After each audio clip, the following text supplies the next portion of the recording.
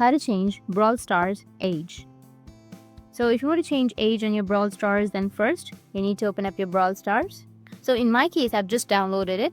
So once you've downloaded, or once you're trying to log in, it will ask you the age, right? You need to enter the correct age. So in my case, I'll just simply go and select 23 and then tap on confirm, tap on accept all. Or if you've already logged in with the wrong age and if you want to change your age, then what you can do is just simply go with the top right, which has that 3 horizontal lines, and then go with settings. Under settings, you can go with help and support. Now tap on account, and under account, you need to go with the messages icon, which is on the top right. And here you need to go with leave a message.